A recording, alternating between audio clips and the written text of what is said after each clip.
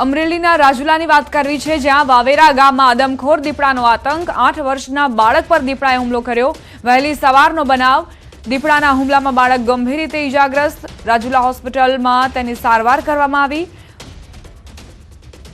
દીપડાના હુમલા બાદ વાવેરા ગામમાં સ્થાનિકોમાં ફફડાટ ફેલાયો છે। વન વિભાગની ટીમે દીપડાને કેદ કરવા માટે પ્રયાસો હાથ ધર્યા છે। 8 વર્ષનું બાળક જેની પર દીપડાએ હુમલો કરતા તે ગંભીર રીતે ઈજાગ્રસ્ત થયો છે। અત્યારે તે સારવાર હેઠળ છે। તાત્કાલિક તેને સારવાર આપવામાં આવી છે। બીજી તરફ ગામ લોકોમાં ફફડાટ જોવા મળી રહ્યો છે, કારણ કે આ માનવભક્ષી દીપડાના કારણે લોકો ઘરની બહાર જતા પણ ડરી રહ્યા છે। સંવાદદાતા રાજન જોડાઈ ગયા છે વધુ જાણકારી સાથે। રાજન, જે બાળક પર દીપડાએ હુમલો કર્યો તેની કેવી સ્થિતિ?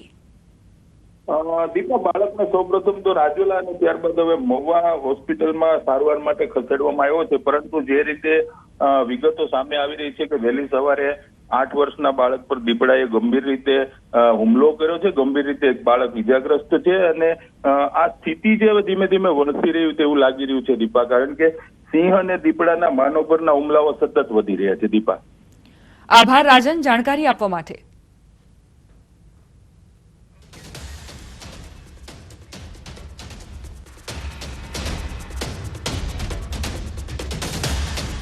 સમાચાર અમરેલીથી, જ્યાં સિંહની લટારનો વિડીયો વાયરલ થયો। ભાવનગર સોમનાથ નેશનલ હાઈવે પર ડાલામથા સાવજની રોયલ લટારનો વિડીયો જોવા મળ્યો।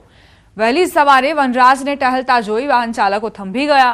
વાહનો વચ્ચેથી ડાલામથ્થો પસાર થતો હોય તેવા દ્રશ્યો જુઓ। વાહન ચાલકોને સિંહ દર્શનનો લાહવો મળ્યો। મહત્વપૂર્ણ સમાચાર, સુરતના માંગરોળના વાંકલ ગામમાં ડાઘિયાઓનો આતંક। 8 વર્ષના બાળક પર 3 રખડતા શ્વાનોએ હુમલો કર્યો।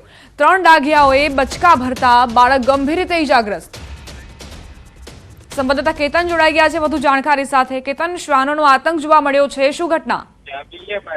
ચોક્કસથી વાત કરું તો સુરત જિલ્લાની અંદર રખડતા ઢોર, દીપડા તેમજ હવે શ્વાનનો આતંક જોવા મળી રહ્યો છે।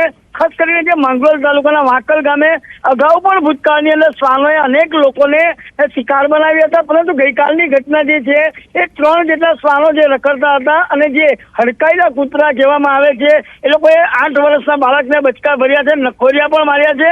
બાળકના પરિવારજન અને વહીવટી તંત્રની મદદથી આ જે વેક્સિનેશન કરવામાં આવ્યું છે, જે અંતર્ગત આ બાળકનો બચાવ થવા પામ્યો છે। હાલ જ 4 દિવસ પૂર્વે બારડોલી નગરની અંદર પણ એક 4 વર્ષના બાળકને હડકાયું કૂતરું કર્યું હતું અને જે વેક્સિનેશન નહીં થવાના કારણે બાળકનું મૃત્યુ નીપજ્યું હતું। એટલે આવી અવારનવાર ઘટનાઓ બને છે, પરંતુ વહીવટી તંત્ર કે આ જે રખડતા શ્વાનને કે રખડતા ઢોરને પકડવા માટે સદંતર નિષ્ફળ નીવડતા સ્થાનિક લોકો આ જે ઘટનાનો ભોગ બની રહ્યા છે। દીપા, આભાર કેતન જાણકારી આપવા માટે। ધોરણ 3માં ભણતું આ બાળક, 8 વર્ષનું બાળક, જેની ઉપર રખડતા શ્વાનોએ હુમલો કર્યો, જેના કારણે તેને ઈજા પહોંચી છે।